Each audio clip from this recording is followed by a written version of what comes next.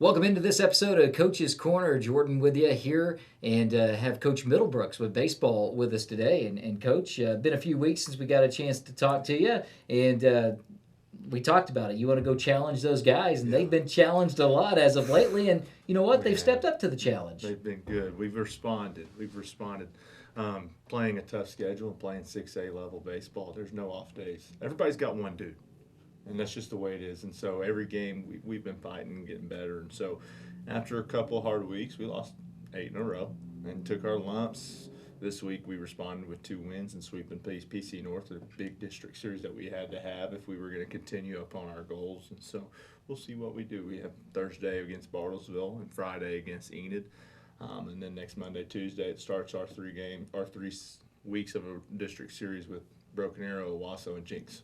Yeah. So, well, when it comes to this part of the season, one of the main things you always got to ask is, do you feel your team has gotten better? I mean, you're a first-year coach here with Ponca City, and I'm sure that's the thing for you. Throw the record aside, is this team a better team now than they were a month ago? Absolutely. We've pitched it really well this year. Brody Wicker got his first win yesterday, and we're midway through the season, but he's got a .75 ERA. He's pitched it really well for us. Aiden Howard, a lefty, unfortunately has taken some lumps, but he's an under 4 ERA guy. Hayden LeClaire's pitched really well for us. Our shortstop got banged up, Jackson Testa, so he wasn't able to pitch it. But defensively, we've been good. Our struggles offensively right now, and so but we were in close games. We finally learned how to win a close game last night. We won 2-1 because we were up 2-1 against Edmond North early in the year and threw away. We were up 2-1 in the top 7, threw away. Lost 2-1 to Ulagal. Lost 4-1. Lost 4-1. Lost 2-0 to Sand Springs in a big district game. Lost 6-4 in extra innings to Guthrie. I mean, we're right there, and you starting to see the growth and maturation of seniors. But we also have some freshmen stepping up and getting those time as well. So it's been good. Yeah, and when you talk about close games, when I look at baseball, what that is timely hitting, pitcher being able to get the ball in the right spot, and certainly one of the big things is getting over to the plate, not giving away any free baseball and errors. That's the thing. Yes. When you give free baseball up, that's the recipe to lose a close game. And like you said, there's a learning curve to that, how to handle that pressure, and you got over that, it seems like, last night. We at least stepped up last night. Execution. If you execute, you have a chance. Now, we had some chances and last night to execute a little bit better than we did.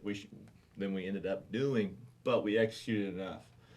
Execution of just timely hitting. I mean, we've left an unthinkable amount of runners on base this year. We left over 115 guys on base.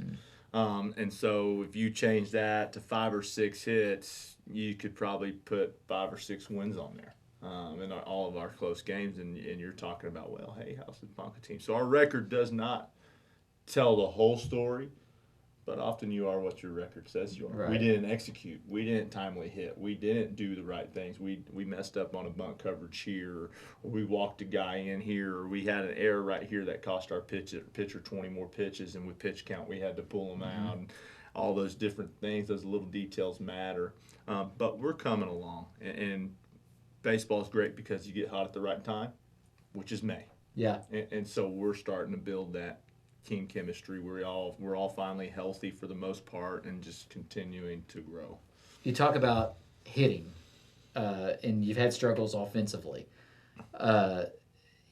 It's kind of like free throws in basketball, I would say, right? I mean, you can coach that as much as you can, but when it comes down to it, it's how you see the ball. Can you put the bat on the ball? And a lot of times, you can put the bat on the ball and it doesn't find the right spot. Yeah. So, I mean, it's really a tough thing sometimes. So, how are you working on the offensive side of things, and how are you trying to get better in that category? Well, when you're a basketball guy, there's an old saying, shooters shoot. Yeah, right. Right, and shooters hit shots. And hitters hit. You've hit since you were 3. You were the best hitter on your team since you were 3, and you produced since you were 3 years old, and you just continue to hit, right? In basketball, it used to be the next shot's always going in. In baseball, the next swing's always going to be a base hit or more. You've got to be telling yourself good things, and that's that mental side of the game that I'm trying to get our guys like, hey, it's okay. You got to be locked in. Don't get frustrated off the one you miss. Say the next one is going to be right here, and that's the one I want. So we've been working on the mental approach. We got a Hack Attack Junior machine that really is going to help us create velocity. Because unfortunately I can't mimic 85, 86, 87 because I couldn't do it when I was in college, much less now. Right. And Coach Ablett can't either, and neither could Coach Campbell. Unfortunately, we don't have those kind of arms. And so I think this machine is going to help, but it's consistent. Let's be consistent. Let's grind through the process. It's going to be all right. We know where you were before. Just keep trusting and being consistent, showing up, getting some extra work in when you can. And let's see what happens. You know, you bring up the technology factor. In 6A baseball in Oklahoma, it's some of the best in the nation, everybody. You're going to see a lot of arms that are 85 plus. You got a few arms that are going to be in those low 90s a lot of times as well that are going to be playing D1 baseball, even pro baseball later on. So I think you're at a disadvantage if you don't have one of those guys, right? Because you can have good pitching, but that velocity, like you said, that guy that throws a 91 mile per hour fastball, there's nothing you can mimic with that. No. So having technology now you can bring in to do that certainly helps. It helps a lot because of being able to just see it. We had a big Hack Attack, but it was a little inaccurate, and you never know if you're going to get hit. I don't really want to waste my guys getting hit by a 92 mile per hour fastball in the cages in the fall and break somebody's hand. So we kind of stopped using that, and we were waiting, and we were like, it won't be that big of a deal. We'll just fundraise next year, have enough money, and get one. Well, we got into the middle of the year, and I was kind of like, we're struggling with velocity. I mean, the kid from Sand Springs was 88 at 6'5", big, tall, and he just carved his first 9, punched out. And then same thing with the day before, their dude was 84 to 85. Schluberger, who's been their number 1 for 3+ years, he's really good. He's going to Enid. Well, we struggled with him too. Now, we had opportunities because he walked us a little bit and we bunted. But to come up with that big hit, you can only bunt so much. Right. You know, and so you've got to find ways, like almost every district team has one dude. Like we've got our dude. Brody's 85, 86, and tops out, you know, about 88, 89 on a warm day, and he's special. He gives us an opportunity every time he's on the bump. Sand Springs is number 3 in the state, and we lose to him 2-0, and we had opportunities. If he doesn't hang a curveball to their best hitter, and he got a hold of it, you know, it's a different ball game. So, I mean, he pitched outstanding all year long. But unfortunately, at the 6A level, everybody's got that dude. Compared to when we were at Chickasha, where you go, okay, we've got these guys, we got four series that are sweeps, right? We got 4 series that are sweeps. We got to focus on these 3 right here, and we got to make sure we capitalize on these 3s and be at our best. Well, there's no sweeps other than U.S. Grant, and unfortunately where city school baseball is right now. Right. Other than U.S. Grant, everybody else is a dogfight because everybody's got a number 1. Yeah. Well, and you bring up the pitching side of things, and, you know, 6A, it is so tough because one arm, you can win a game now and then, but naturally, if you're going to go far, it's tournament type setting. Mm-hmm. And you notice teams that win, you can have good defense, you can have good offense, but you really got to have those 2 high-level arms. And some teams, some of these schools have 3 at least when you look at it. Yeah. So is that, and tell me if I'm wrong, is that one of the biggest things that you see as an adjustment to now coaching at the 6A level, is how to combat that? Absolutely. We've got one as of right now because our shortstop's still hampered with a little ankle injury, so he's not pitching yet until he gets fully back. We've got one dude above 80. Okay, and to put it in perspective, and Owasa's got 13. You know, it's that much of a difference. Now, that doesn't mean we can't pitch because my lefty will give a run to a lot of people. He pitches it really well, Aiden Howard. And then I got a little sophomore that's about 73, 74 that does pitch it, that's kept us in games and just competes his butt off. His name's Hayden LeClaire. And so and now we've pulled up a freshman named Lance Arbona. He's a wrestler guy. He wrestled at the varsity level, and he's not scared of anybody. And so he's 73 to 75. He just goes up there and competes. If they hit him, they hit him. So I've been really impressed with how he's pitched for us in some of his roles. So we've got some arms that can pitch. But when you're talking at the sheer velocity, the good thing about having velocity guys is they can go punch anybody out in any situation. Right. 73, 75 isn't going to get it done whenever you need a punch out with the bases loaded after you boot, and you're all the way down. That eliminating factor of 85 plus in the zone that Brody has He's the only one.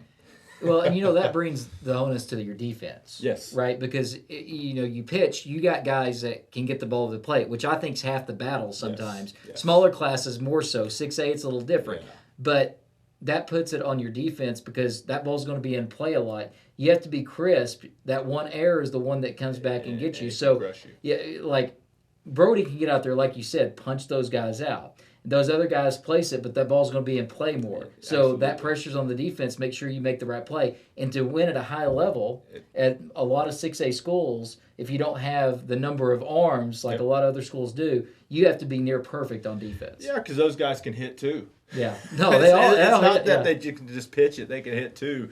And so defensively, we've been really good, and that's something I've talked to our coaches about. Like, we're going to be able to pitch it, we're going to pound the zone, and we're going to play defense. Those are the two things that we can control. Offense comes and goes; it comes in waves. You'll have a day where you put up 20 runs, and the next day you don't score at all. Right. So you've got to be able to pitch and play defense every day. It's not an option. And so we've picked it pretty good this year at about a 940 clip, for us. I mean, our Jackson Testa, he made 2 errors this year as our shortstop, and so he's kind of our leader defensively. And Grant Harmon's been really good where he's so athletic.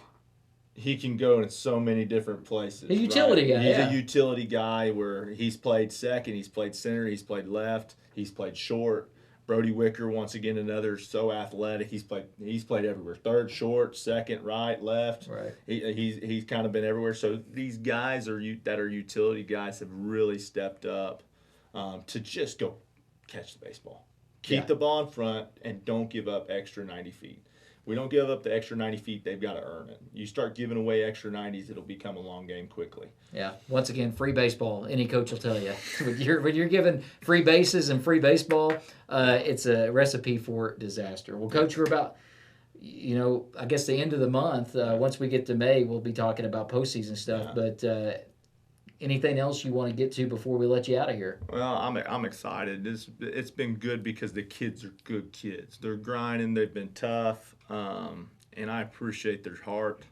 And we've had some lumps and we've taken some lumps, but they just keep getting at it. So we are big on response.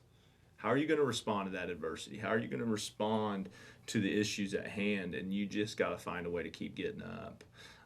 We do have some cool stuff coming up this summer. We've got junior high. We're going to have a junior high, freshman, JV, and varsity team this summer, and we're going to go play some people. We're going down to the Red Dirt League and play Yukon and Piedmont, and some big-time schools. So we have that coming out. We've got those tryouts May 16th, 17th, 18th, 19th, 22nd, 23rd. That we have those tryouts for those junior high guys and incoming freshmen that we really want to get our hands on. And then June 1st and 2nd will probably be our summer camp for our young kids from ages 6 to 12. And once again, so important. A lot of kids anymore, they'll play a lot of Little League Baseball. There's so many travel teams and everything. But having a chance for you, if you're, see those younger kids and maybe tell their parents, hey, here's where I maybe see this in the future. No matter what the sport, that is invaluable as far as like knowing what you have coming up. And also, you may see a couple of arms, or maybe you realize we don't have maybe the arms coming, but we got more hitting coming. So it's so important for a coach to be able to see that young talent inside town. Absolutely. Well, and I'll use it. If us as Ponca is going to be successful, we can't look at the Owasso, Jinx, Union method. What we've got to do is look to the west, and you see Enid. Right. And you see Brad Gore, who does a really, really good job, and he just finds a way to win and get to state tournaments. He's not always going to have the most talent, but he's had those kids since they were junior high. Yeah. Because they've got a junior high baseball program. Right. So once we get a junior high baseball program in Ponca, and I don't know when it's going to happen, but as long as I'm here, I'm going to keep fighting for it. And once we get that junior high program, that's when you'll see us really start taking off. Because now instead of getting kids as freshmen, we're getting kids as 7th graders. Yeah. Right? And now you're building them. Oh, they're already freshmen. Oh, okay, now they're ready to go. Now they're 6 years in your system as seniors instead of just 3. It's a huge difference, that maturity and that process. It's everything. And there's some good travel baseball teams where they learn a lot. But at the same time, how you want to coach and how you want to use players, there's always different philosophies. So having them at a younger stage makes a big difference because they have a relationship with you and know what you expect. Agreed. 100%. Agreed 100%. And then it just sets the expectation early. Yeah. We don't expect to lose to anybody. I'll tell you something cool. So we do have a freshman team, and our freshman team went to Owasso last night and beat Owasso's JV 17-6. So, I mean, our freshman crew, I mean, that's their first win of the year. So we're not talking that they're elite, but we're getting better. Right. Our freshman crew's really working hard, and I'm excited about it because I've got two of their best players with me at the varsity level playing for me and starting for me in opportunities. Yeah. So we've got a good little freshman crew that I'm really excited about, and we just need to keep building. 6A sports doesn't matter where, what sport you're in. It's not one of those things where you can just show up and play. You have to really work hard. There's a few of those athletes maybe out there that can just show up, but 99%, no matter what the sport is, you have to work. And you know what? In places like Ponca City where you don't get a lot of move-ins, you have to work even harder. Absolutely. And that intentional focus about what you're doing. That intentional focus, okay, this is my job. This is what I love. Or you don't. And you get left behind. You buy in, you trust the process, you continue to push yourself through adversity, you have a chance to be a special player. But if you just quit at first time, it's going to be really hard for you. Yeah. Well, best of luck rest of the season. And hopefully we see some rack up more wins, get a lot more of those close wins, and start playing your best ball right around May 1st when you start thinking about postseason. It's go time. Hopefully we can make a run. All right, certainly so. That was Coach Middlebrooks, and that's going to do it for me. You've been watching this episode of Coach's Corner. Jordan Woodruff saying so long, and until next time, go Cats.